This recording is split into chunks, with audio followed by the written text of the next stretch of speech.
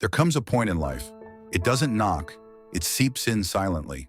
It's after the restless nights, the failed expectations, and the countless retries to mend what's already snapped. You've done everything, haven't you? Grinding, pushing, journaling, visualizing, praying, planning. And still, nothing shifts. You glance at the sky and murmur, "Why isn't this working?" Let go, because here's the hard yet freeing truth. You've been chasing alignment with a closed grip, but the universe responds to open palms, not tension. As Carl Jung once said, what you resist not only persists but grows larger. While you're affirming success, your energy is silently screaming, "I lack it. I'm not worthy. I'm afraid." And that's what life hears. Not your affirmations, but your vibration. It's not failure, laziness, or incapacity. You're just stuck, surviving instead of living, clinging to illusions of control. You attract your state, not your desires. So when your identity is built around fixing and chasing, your life mirrors that very lack. But what if I told you the most powerful shift begins with stillness, not from fear, but from deep trust? When the striving stops, transformation begins. In the silence, the psyche heals, the shadow softens, and life starts realigning. This isn't defeat, it's surrender. Not giving up, but giving in to something beyond the mind. Let go. And now, let's begin. Chapter 1. Stop. Stop chasing. You're holding yourself back. We've been sold the myth that joy is earned through the hustle, that you must chase endlessly to achieve. But Carl Jung didn't say run faster.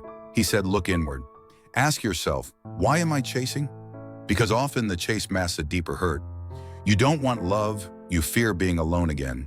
It's not money, it's proving your worth. Jung's brilliance wasn't about hype, it was about honesty. Until you make the unconscious conscious, it will direct your life, and you will call it fate. Meaning, if your inner wounds go unexamined, they drive your desires in disguise. So you keep chasing illusions, thinking they'll fix you. But life doesn't give you what you beg for. It gives you what matches your internal world. If you're rooted in fear, doubt, and scarcity, every pursuit ends in emptiness. Because your actions shout, "I'm not whole. I'm not enough. I need this to feel safe." And the universe, always listening, reflects that belief back to you. You whisper, "Give me love," but your energy screams, "I lack it." So the answer comes, exactly. That's why people burn out chasing what drains them. It's not the goal, it's the identity behind it. And even if you got it now, you couldn't keep it. Your hands are trembling from past wounds. Jung didn't teach ego-based manifestation, he taught soul-level integration. Your deepest ache isn't for success, it's for inner peace. So before you ask the world for more, ask yourself, what part of me still feels broken? When you answer that, you stop chasing what isn't yours and start drawing in what always was. This isn't abandoning your ambition, it's about purifying your motive. It's about becoming so whole, the universe no longer has to test your readiness. It simply trusts your being. Let's dive deeper. Chapter 2. The unconscious is always listening. Most people wake up thinking life is testing them, that the universe is setting traps to measure their strength. But no, it's far more intimate. You're not being tested, you're being mirrored. Life doesn't reflect your to-do list. It reflects your true state. Not your mantras, not your curated posts about healing, but the quiet, stubborn identity underneath. Carl Jung knew this with fierce precision. Your vision will become clear only when you look into your heart. Who looks outside dreams? Who looks inside awakens? Translation? Stop looking for divine signs above. Start decoding the ones within. Because here's the harsh truth. If your unconscious mind is filled with shame, fear, and scarcity, no number of affirmations will override that. You can scream, "I'm enough" to the heavens, but your unconscious knows if it's a lie. It doesn't forget. It governs everything. That tension in your chest when you dream, that panic when imagining your future, that's not intuition. It's your subconscious protesting, "This isn't safe." So the universe listens and pauses, not as punishment, but because your frequency says, "I'm not open yet." So what now? We pause. We stop forcing it. We stop masking fear with toxic positivity. True power doesn't come from noise. It comes from stillness, from hearing what your soul has been whispering. When fear rises, sit with it. When doubt comes, don't run. Every fear is a signpost. Every worry is a clue. Your unconscious is always trying to tell you something. Are you listening? Because the paradox is this. The moment you do nothing, the moment you stop micromanaging divinity, that's when alignment begins. That's when your internal frequency shifts. That's when the universe finally says, "You're ready." You don't chase alignment, you become it. And that becoming only begins in silence. Chapter 3. Detachment isn't giving up, it's awakening. Let go, not as surrender to defeat, but as a conscious awakening. It's realizing I was never supposed to control the world, only understand myself inside it. Detachment isn't apathy. It's not pretending nothing matters. It's taking your energy back from things that were never yours. It's standing tall and saying, "I've done my part. Now I release what's beyond me." Carl Jung knew this. Real change doesn't come from clinging. It comes from conscious release, not from giving up, but from tuning in. You can't fake this. You can't say, "I'm over it," while refreshing their profile every hour. The unconscious isn't fooled. It hears your true tone. If your vibration is still saying, "I need this to be enough," life will mirror that absence. Detachment isn't the death of desire. It's the death of dependence. It's saying, even if it never arrives, I am already complete. And that energy, that self-sufficiency, that's the exact frequency where things begin to flow. Not because you demanded them, but because you stop blocking them. Life only bends for those who become whole, not those still begging to be completed. So if you're hurting now, if you feel stuck in obsession, anxiety, waiting, pause. Not to numb, but to ask, what part of me still believes this one thing will save me?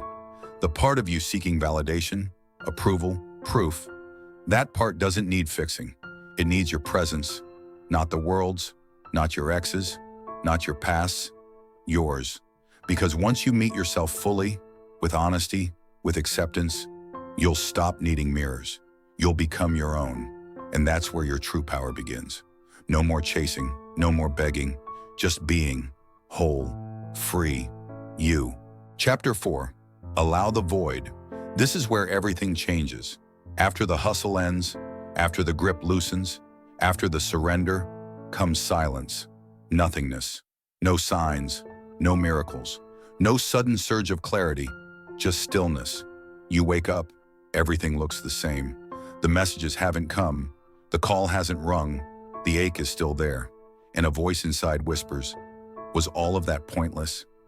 This is the space where most give up, because we've been taught that surrender equals reward, that letting go should be instantly met with a breakthrough. But the universe doesn't follow human timelines. It follows frequency. And here in the quiet is your real test, not of strength, but of trust. This is the void, and it's sacred.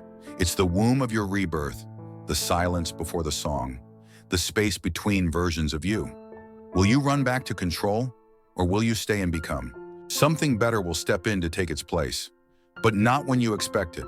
The universe doesn't obey your deadlines. It operates on energetic alignment. Before granting your desires, it tests who you've become without them. So now you're here, in the space between. It feels like a void, empty and silent, but it's full of everything.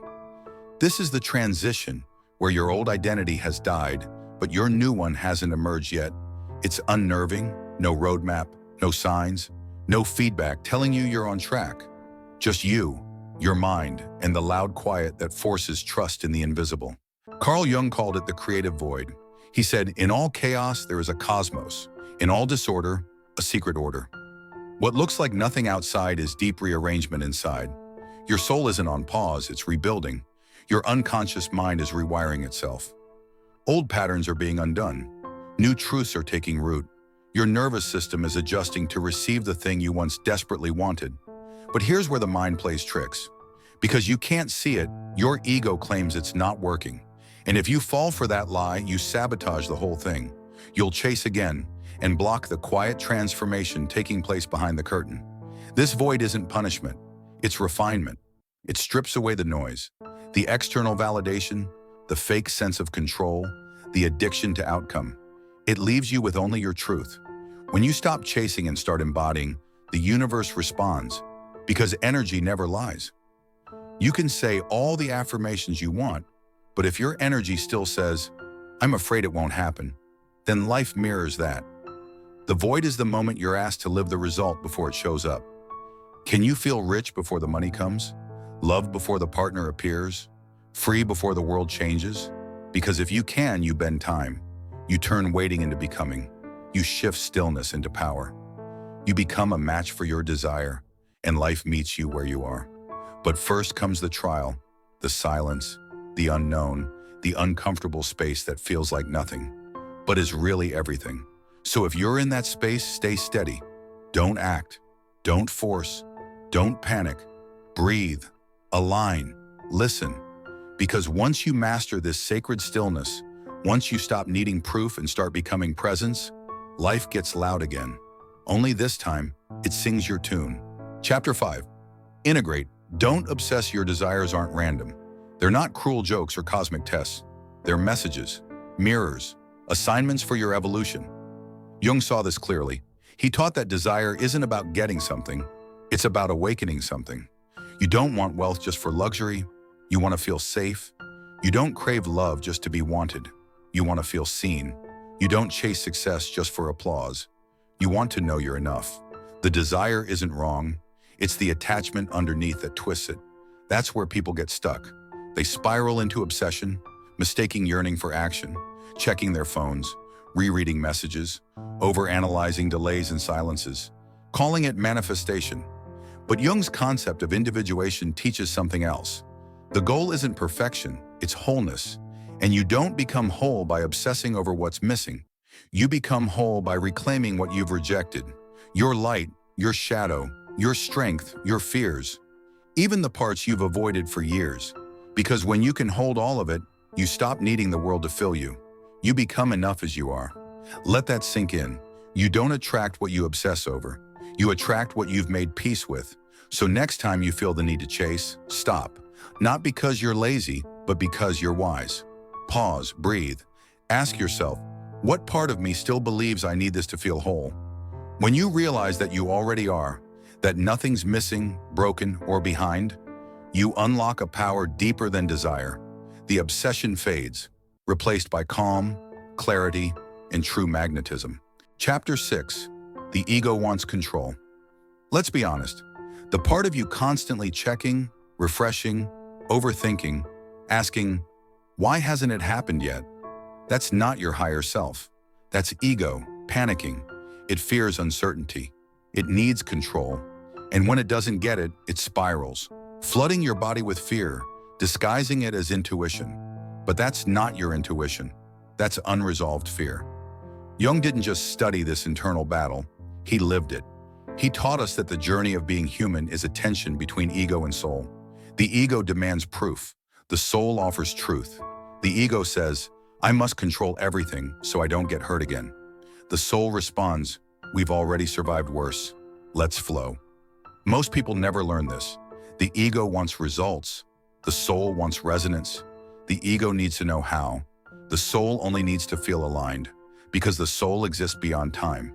It isn't chasing, it's remembering. As Jung wrote, the privilege of a lifetime is to become who you truly are. And who you truly are isn't the panicked version of yourself.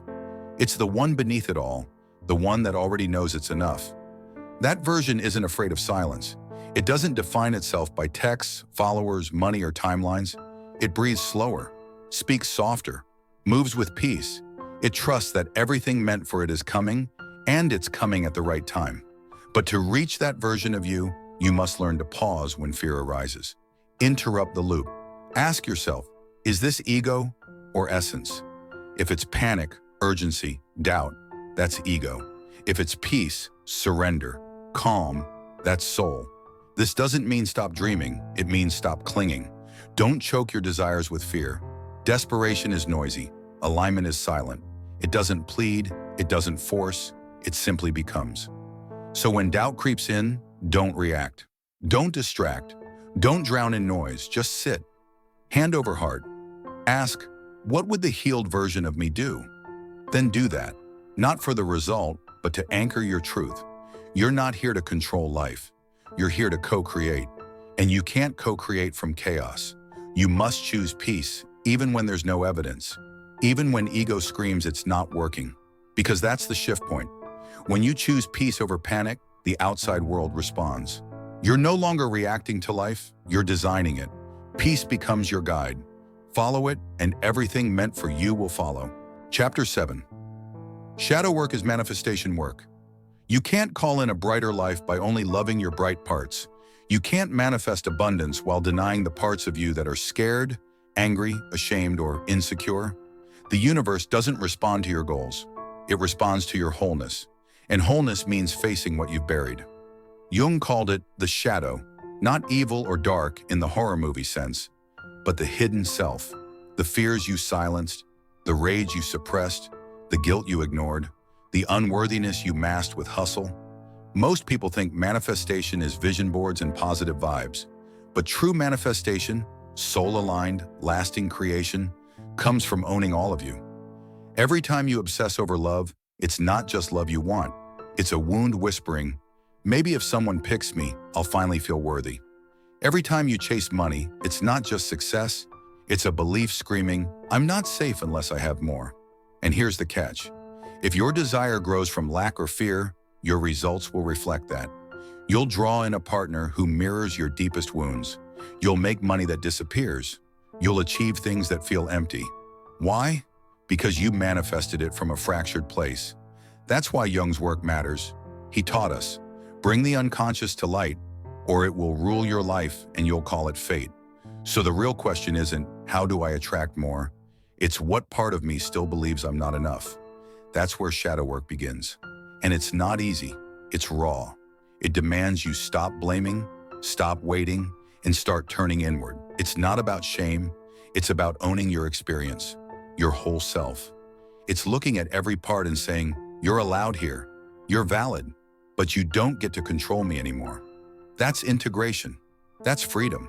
Because when your shadow is finally acknowledged, it stops quietly running the show. It can't pull your strings behind the scenes or stir up drama just to get noticed. You reclaim your strength, and as you do, your vibration begins to rise. You're no longer driven by fear, you attract from completeness. This isn't imagination, it's energetic congruence. It's calm in the nervous system. It's you stepping into the self that no longer begs the world to repair what your soul already restored. You stop pushing, you begin to allow. You quit needing to convince, you naturally shine. Because now you don't plead with the universe from a sense of lack. You embody the version of you who already lives in completion. And it's that inner truth that reshapes your external reality. Not journaling, not vision boards, not waiting on signs, but deep, unshakable, embodied work. This is the transformation, not the social media sparkle, but the raw, soul-level devotion. The kind that makes you face the mirror and say, I've been chasing a future without ever healing my past. That ends now. You stop running. You dive inward. You confront the quiet force steering your life. And when you do, the illusion crumbles, the power returns, and your outer world finally reflects your inner healing. That's the true definition of manifestation. That's integration. That's liberation. Chapter 8, Don't be the barrier to your own becoming. Here's a tough truth. You're the only one in your way. Not your trauma, not your story, not fate. You. Carl Jung, the depth psychologist who mapped the soul, said something haunting. The most terrifying thing is to fully accept oneself. And it is. Because true self-acceptance means you must turn toward the parts you've exiled. The guilt, the shame, the fear that maybe, just maybe, you're not enough. And instead of meeting that pain, you chase distractions. You look for approval, you hustle for validation, you manifest from lack, not belief, from a deep craving to outrun your inner self. But anything you chase to escape yourself, it will evade you. You think you're going after your dreams, but really, you're just avoiding your own silence. And the universe isn't punishing you for it. It's shielding you. It knows that if you got it all now, you'd drop it, because some part of you still doesn't feel ready to carry it. And here's the truth Jung uncovered. If you don't embrace all of who you are, you fragment. Your conscious self wants more, but your unconscious self whispers, I can't hold it. So your energy clashes, desire battles, disbelief. You emit a signal that both pulls and repels. You block your own blessings, not because you're broken, but because you're still living from a past identity, a self forged in survival, a self shaped by hurt, a self who learned love was something to earn, not receive.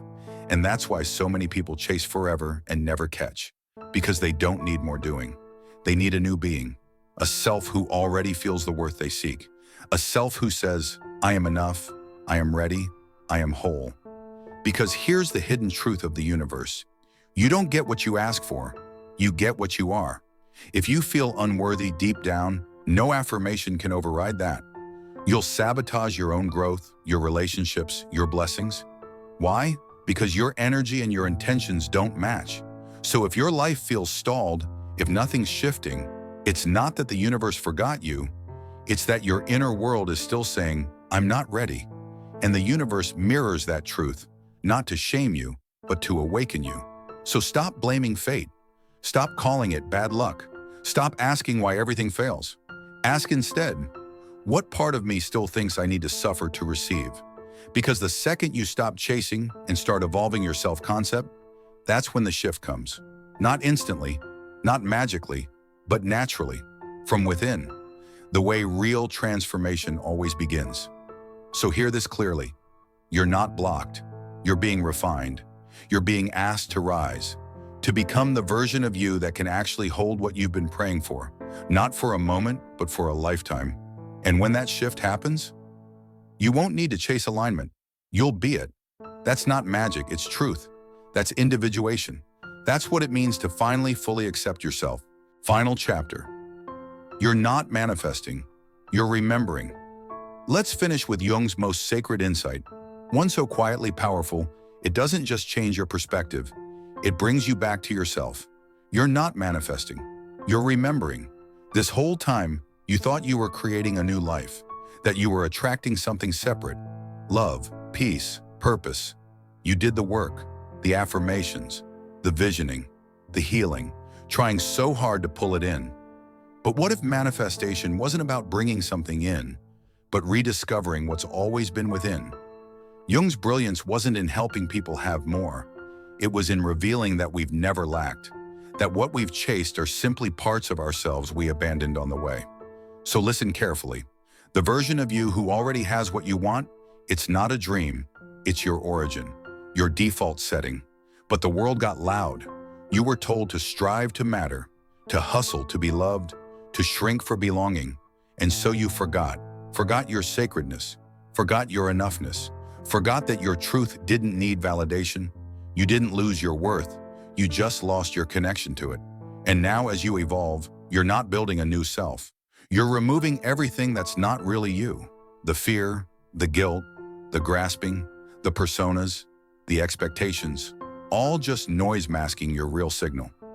Jung didn't give us steps to fix ourselves because he knew you were never broken. You just needed to come home. Who you are isn't the anxious mind or the wounded self you perform as. That's the ego, the mask, a patchwork of pain and programming. Who you are is beneath that, the observer, the essence, the soul that remembers silence. That doesn't chase because it already is. That doesn't need because it already knows. And this is the last sacred truth. When you stop grasping, scripting, chasing from fear, you return to your soul's original state, the vibration you were born with, the truth that doesn't need to be earned, only reclaimed. That's why it all begins to align once you stop forcing. Not because surrender is a shortcut, but because it's your natural state. Trust, presence, soul over ego, energy over effort, alignment over anxiety. So if you're still caught in the loop, thinking your way into alignment, pause. Not because the universe is denying you, but because it's reminding you. You were never meant to plead for the life you crave. You were meant to remember it's already yours. When you become the version who can receive it, you're not behind, you're not broken, you're not missing anything. You're simply being called home. You're not manifesting, you're remembering. And now, you've remembered enough. Now it's time to return, to stillness, to trust, to the soul who already knows. Everything meant for me arrives not when I chase, but when I become. And in that becoming, you don't strive, you don't beg, you allow, you receive, you are. Welcome home. If even a single line cracks something open, don't scroll away. Don't reduce this moment to background noise. This wasn't just content, it was a call, a mirror, a checkpoint. You didn't find it by accident, you aligned with it. Jung once wrote, "We meet ourselves again and again in 1,000 disguises." Maybe this was one of those disguises. A reflection, a wake-up, a reminder you're not here to chase, you're here to return. So if something shifted, even briefly, comment below. I let go, I align, I receive. Not for clicks, but to declare to your unconscious, this time I choose alignment, I choose self, I choose becoming. Hit like, not for the algorithm, but to anchor this shift, to tell your nervous system, this moment changed me. Subscribe, not for tips, but for truths that rewrite your foundation. This isn't a channel, it's a home for seekers, a path for souls ready to rise. And share this with someone still lost in the loop, still chasing everything but themselves. Because Jung also said, your vision will become clear when you look inside. Who looks outside dreams, who looks inside awakens. This is your moment to awaken, to turn inward, to stop seeking, to start seeing. In a world addicted to more, presence is rebellion, stillness is power, and sometimes, doing nothing is how you become everything. So breathe, feel, remember. You're not manifesting, you're remembering, and your return starts now.